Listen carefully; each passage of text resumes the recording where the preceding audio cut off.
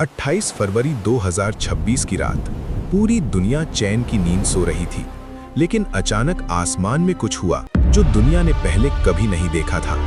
America और Israel के fighter jets ने मिलकर ईरान पर एक साथ हमला कर दिया और इस हमले में ईरान का सबसे ताकतवर इंसान सुप्रीम लीडर अली खामेनेई मार दिया गया। तेहरान की कुर्सी जो धाकों से किसी ने नहीं हिली थी, आज खाली पड़ गई। पूरे तेहरान में आग और धुआं, सड़कों पर अफरा तफरी और लोगों में खौफ छा गया। लेकिन इस सबसे भी बड़ी आग पानी में लगने वाली थी, क्योंकि ईरान ने एक ऐसा कदम उठाया जिसने पूरी दुनिया की इकोनॉमी को हिलाकर रख दिया। वो गली जो दुनिया का दिल है, बंद कर दी गई। उस गली का नाम है स्ट्रेट ऑफ हॉर्मूज, और समझो इसको ऐसे जैसे दुनिया का पूरा तेल एक नदी में से गुजरता हो। ये एक ऐसी जगह है जो सिर्फ एक तंग दरिया नहीं, बल्कि पूरी दुनिया की इकोनॉमिक लाइफलाइन है। ईरान और ओमान के बीच गल्फ ऑफ ओमान और पर्शियन गल्फ को जोड़ती हुई, इतनी तंग कि अपने सबसे चौड़े हिस्से में ये सिर्फ 33 किलोमीटर चौड़ी है, और शिपिंग लेन तो सिर्फ 3 किलोमीटर, एक तरफ आने के लिए, दूसरी तरफ जाने के लिए। इस इतनी सी जगह में रोजाना हजारों जहाज गुजरते थे, तेल, गैस, माल, सब कुछ। रोजाना 20 मिलियन बैरल्स क्रूड ऑयल, जिसकी सालाना वैल्यू $500 बिलियन से भी ज्यादा है, सिर्फ इस एक तंग गली से गुजरती थी। Saudi Arabia, Iraq, Kuwait, Qatar, UAE, Iran, इन तमाम मुल्कों का तेल सिर्फ इस एक रास्ते से बाहर जाता था। दुनिया की 20 से 30% गैस और ऑयल सप्लाई सिर्फ यहां से। China, India, Japan, south Korea, सब के सब इस एक दरवाजे पर निर्भर थे।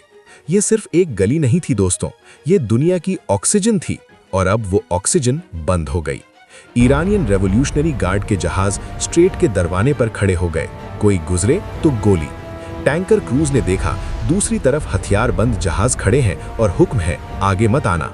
दुनिया भर की स्टॉक मार्केट्स लाल हो गई, नंबर्स गिरने लगे, इन्वेस्टर्स का दिल डूब गया। गैस स्टेशन बोर्ड्स पर प्राइसेस ऊपर ही ऊपर जाने लगे, रुकने का नाम ही नहीं ले रहे थे। और एक तरफ बिजी था ये स्ट्रेट और दूसरी तरफ सिर्फ सुनसान पानी। पहले जहाजों से भरा रहने वाला ये रास्ता एक दिन में जीरो हो गया। तारीख थी 28 फरवरी 2026, एक ऐसा दिन जिसे दुनिया भूल नहीं सकती। अमेरिका और इजराइल ने मिलकर एक सीक्रेट ऑपरेशन तैयार किया था, ऑपरेशन एपिक फ्यूरी। महीनों की प्लानिंग के बाद रात के अंधेरे में यूएस एयरफोर्स और इजरायली जेट्स एक साथ हवाओं में थे। ईरान की न्यूक्लियर फैसिलिटीज, मिलिट्री बेसेस सब निशाने पर थे, और एक एक करके वो निशाने तबाह होते गए। खामेनेई, जो धाकों से ईरान की हर बात का आखिरी फैसला करते थे, अब नहीं रहे। तेहरान की सड़कों पर लोगों में दर्द भी था, और गुस्सा भी, और एक अनजानी सी डर भी। ईरान ने फौरन जवाब दिया, मिसाइल्स और ड्रोन्स की बारिश शुरू हो गई। Israel, Saudi Arabia, UAE, Qatar, Kuwait, Bahrain, Iran के मिसाइल्स इन तमाम मुल्कों की तरफ गए। और फिर 4 मार्च 2026 को आईआरजीसी ने वो अनाउंसमेंट की जिसने पूरी दुनिया को हिलाकर रख दिया। स्ट्रेट ऑफ हॉर्मूज अब बंद है, जो भी गुजरने की कोशिश करेगा उसे अंजाम भोगना पड़ेगा। ये सिर्फ एक धमकी नहीं थी, ईरानियन स्पीड बोट्स ने स्ट्रेट के दरवाजे पर मोर्चाबंदी कर ली। एक American linked tanker Stena Imperative Bahrain के पास स्ट्राइक का निशाना बना। आग भड़क उठी, पोर्ट पर 2 बार हमला हुआ, धाकों से खड़े ऊन भरी क्रेन्स और डॉग्स तबाह हो गईं। एक मासूम वर्कर अपनी जान गंवा बैठा, जो सिर्फ अपनी ड्यूटी अदा कर रहा था। और इसके बाद दुनिया का तेल ट्रैफिक जीरो हो गया, बिल्कुल जीरो। तेल की कीमत जो 27 फरवरी को सिर्फ $71 पर बैरल थी, वो रॉकेट की तरह ऊपर गई। रिफाइनरीज में हल्ला मचा, प्रोडक्शन शेड्यूल टूट गया, ऑर्डर्स कैंसिल होने लगे। पाकिस्तान में पेट्रोल पंप्स पर लंबी कतारें लग गईं, लोग डर गए थे। एलपीजी सिलेंडर्स का स्टॉक खत्म हो गया, गैस की दुकानें सूनी पड़ गईं, और बिजली वो भी गिरती रही, क्योंकि इंपोर्टेड फ्यूल का कोई अता पता नहीं था। किसान परेशान थे, खाद की सप्लाई रुक सकती थी, फसल का क्या होगा, कोई जवाब नहीं। दुनिया भर में जहाज ऑल्टरनेटिव रास्ते ढूंढने लगे। अफ्रीका के केप के गिर्द हजारों किलोमीटर ज्यादा 150 से ज्यादा बड़े कमर्शियल जहाज स्ट्रेट के बाहर रुक गए, अंदर जाने की हिम्मत नहीं थी। जो जहाज अंदर थे वो नुकसान उठा रहे थे, एक के बाद एक डैमेज हो रहे थे। खाने पीने की चीजें, चावल, आटा, कुकिंग ऑयल, सब की कीमतें बढ़ने लगीं। टोक्यो, शंघाई, सियोल, इन तमाम शहरों की स्टॉक एक्सचेंजेस में अफरा तफरी छा गई। शंघाई के बड़े बड़े पोर्ट्स जो कभी 1 मिनट के लिए नहीं रुकते थे, वो आइडल हो गए। इंडिया की रिफाइनरीज जो गल्फ ऑयल पर निर्भर थीं, उन्हें भी सप्लाई क्राइसिस का सामना करना पड़ा। यूरोप में भी हाल बुरा था। गैस स्टेशंस पर आउट ऑफ स्टॉक के बोर्ड्स लग गए। असर सिर्फ गल्फ तक नहीं था, ये रिपल इफेक्ट पूरी दुनिया में फैल रहा था।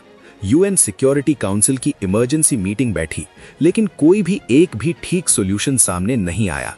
हर तरफ एक ही कहानी, जहाज जल रहे हैं, तेल नहीं आ रहा, लोगों की जिंदगी मुश्किल हो रही है। वॉशिंगटन में व्हाइट हाउस की लाइट्स रात भर जलती रहीं, क्राइसिस मीटिंग पे क्राइसिस मीटिंग। ट्रंप ने माइक्रोफोन थामा और पूरी दुनिया ने सांस रोक ली। उन्होंने कहा, death, fire and fury. Iran को अभी तक की स्ट्राइक से 20 गुना ज्यादा तबाही दी जाएगी अगर हॉर्मुज बंद रहा। American aircraft carrier groups Persian gulf में आ गए, ताकत का मुजाहरा शुरू हो गया। नेटो से गुजारिश की गई, मदद करो, स्ट्रेट को खुला रखो।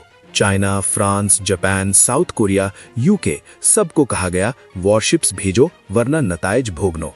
लेकिन ईरान ने धमकी से धमकी का जवाब दिया। IRGC की बोट्स स्ट्रेट में और अग्रेसिव हो गईं। ईरान के सीनियर ऑफिशियल ने कहा, हम तैयार हैं, अमेरिकन नेवी अगर आना चाहती है तो वेलकम है। एक US डिस्ट्रॉयर पर्शियन गल्फ में आ गया, लेकिन 2 तरफ से मिसाइल्स की जद में था। सबसे बड़ा शॉकर तब आया जब US एनर्जी सेक्रेटरी ने खुद कह दिया, हम अभी जहाज़ों को एस्कॉर्ट करने के लिए तैयार नहीं। दोनों तरफ के जहाज आमने सामने, लेकिन कोई पहला कदम उठाने को तैयार नहीं। ये एक ऐसा सियासी चेस था जिसमें दोनों खिलाड़ी अपनी अपनी चालें सोच रहे थे और दुनिया उन्हें घूर रही थी। लेकिन इस सब के बीच पाकिस्तान और इंडिया के लिए एक राहत की खबर आई। ईरान ने पाकिस्तानी जहाज़ों को स्ट्रेट से गुजरने की इजाज़त दी और पाकिस्तानी फ्लैग्ड टैंकर कराची कामयाबी से गुजर गया। पाकिस्तान और ईरान के बीच कुछ ऐसा रिश्ता रहा जिसने इस मुश्किल वक्त में पाकिस्तान को एक राहत दी। इंडिया के 2 गैस कैरियर्स भी सेफली निकल गए। ईरानियन जहाज़ों ने देखा और गुजरने दिया। सऊदी अरेबिया का एक टैंकर जो इंडिया के लिए 1 मिलियन बैरल्स ऑयल ले जा रहा था, वो भी गुजर गया। कराची पोर्ट पर वो जहाज आया तो बंदरगाह पर एक चैन की सांस ली गई। लेकिन ये राहत कितनी देर तक रहेगी कोई नहीं जानता, क्योंकि हालात पल पल बदल रहे हैं। पाकिस्तान के लिए इंपोर्टेड ऑयल का यही एक रास्ता है। अगर ये बंद हुआ तो हाल बुरा होगा। घर घर में लोग टीवी के सामने बैठे न्यूज़ देख रहे थे और दिल में एक खौफ था। किसान के खेतों में खाद की जरूरत है और खाद का रास्ता भी इसी स्ट्रेट से गुजरता है। इंडिया की जामनगर रिफाइनरी दुनिया की सबसे बड़ी, वो भी सप्लाई के लिए गल्फ पर निर्भर है। पाकिस्तान, इंडिया और तुर्की 3 ऐसी कंट्रीज हैं जो फिलहाल इस क्राइसिस में थोड़ा बेटर पोजीशन में है। लेकिन सवाल ये है, ये स्पेशल परमिशन कितने दिन चलेगी और आगे क्या होगा? अब आते हैं उस ट्विस्ट पर जो शायद सबसे इंपॉर्टेंट है इस पूरी कहानी में। खामेनेई चले गए, लेकिन ईरान नहीं रुका। नई लीडरशिप ने फौरन बार संभाल लिया। IRGC के कमांडर्स ने नई लीडरशिप के साथ खड़े होने का ऐलान कर दिया और नई लीडरशिप का पहला हुक्म था, स्ट्रेट बंद रहेगी, हमले जारी रहेंगे। ईरान के फॉरेन मिनिस्टर अब्बास अरागची ने कहा, स्ट्रेट उनके लिए खुला है जो हमारे दुश्मन नहीं, बाकी के लिए बंद है। एरियल देखो स्ट्रेट को, वही ईरानियन वॉरशिप्स, वही ब्लॉकेड, कुछ नहीं बदला। ईरान के कोस्टल मिसाइल सिस्टम्स स्ट्रेट को निशाने पर लिए खड़े हैं। एक भी जहाज उनकी मर्जी के बगैर नहीं गुजर सकता। वक्त गुजर रहा है, लेकिन स्ट्रेट का दरवाजा नहीं खुला और दुनिया इंतजार में है। तो ये है आज की कहानी। एक तरफ जहाज जल रहे हैं, दूसरी तरफ दुनिया का तेल रुक गया है। 19 कमर्शियल जहाज डैमेज हो चुके हैं। इनमें थाईलैंड, जापान, यूके सब के जहाज हैं। 3 क्रू मेंबर्स अभी भी लापता हैं। उनके घर वाले इंतजार में हैं। अमेरिका के पास कोई क्लियर प्लान नहीं, नेटो में इत्तेफाक नहीं। हर कोई सोच रहा है पहला कदम कौन उठाए। ईरान की नई लीडरशिप का इरादा साफ है, वो झुकने वाले नहीं। स्ट्रेट ऑफ हॉर्मुज जो दुनिया का दिल था, वो अब भी बंद है। और एक सवाल पूरी दुनिया के दिमाग में है, क्या ये जंग और बढ़ेगी? क्या दूसरे मुल्क इसमें कूदेंगे? क्या कोई सोल्यूशन निकलेगा? या फिर दुनिया एक ऐसी एनर्जी क्राइसिस में घिर जाएगी जिससे निकलना आसान नहीं होगा? ये सिर्फ एक खबर नहीं है दोस्तों, ये आपकी जिंदगी से सीधा जुड़ी बात है। पेट्रोल, गैस, बिजली, खाद सब इस एक गली से आता है। अगर ये वीडियो आपको पसंद आई तो अभी शेयर करें, क्योंकि जितना ज्यादा लोग जानेंगे उतना बेहतर होगा। और चैनल को सब्सक्राइब जरूर करें। अगली वीडियो में मिलते हैं।